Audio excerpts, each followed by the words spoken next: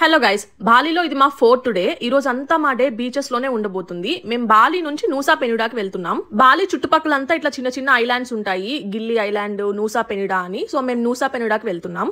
Island కాబట్టి మనకి road transport అదేమి ఉండదు. సముద్రంలోనే 2 hours వెళ్ళాలి. మేము ఫెరీలో వెళ్ళాము. పొద్దున్న 3 o'clock కి లేసాం, అందుకే శ్రీకు నిద్రపోతూనే ఉన్నాడు. మామూలుగా అయితే మేము 1 day ట్రిప్పే చూస్ చేసుకున్నాము. నూసా పెనిడాలో ఎక్స్ట్రీమ్ హీట్ ఉందన్నమాట. నేను అక్కడ అయిన ట్యాన్ ఇప్పటికీ పోలేదు, నాకు ట్యాన్ అలాగే ఉంది. అలాంటిది 2-3 days అంటే ఇంపాసిబుల్ అని మేము బుక్ చేసుకోలేదు. ఈ రోజు మేము ట్రావెల్స్ బుక్ చేసుకున్నాము కంప్లీట్ డే ట్రిప్ కి. So hotel pickup and hotel drop. చూసారా ఎంత మంది జనాలు ఉంటారో.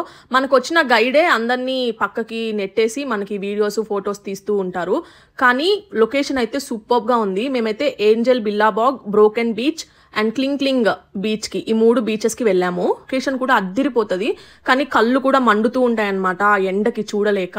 మేము ఇన్స్టాగ్రామ్ లో ఒక పేజ్ నుంచి ఇది బుక్ చేసుకున్నాము, డే టూర్. మొత్తం కలిపి మాకు 25 lakhs దాకా అయ్యింది.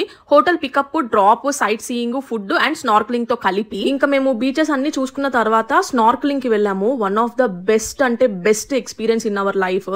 మామూలుగా ఈ బీచెస్ చూడ్డానికే ఇంత బాగుంటే ఇంకా దాంట్లో మునిగి అందులో ఉన్న మెరైన్ లైఫ్ ని చూడడం అనేది ఎంత అద్భుతం కదా. వెళ్లే ముందు లైట్ గా తినేసి వెళ్ళాము. హాఫ్ డే మొత్తం సైట్ సీయింగ్, హాఫ్ డే మొత్తం స్నార్క్లింగ్ ఎలా చేసాము, ఎక్కడెక్కడ చేసామో నెక్స్ట్ వీడియోలో షేర్ చేసుకుంటాను.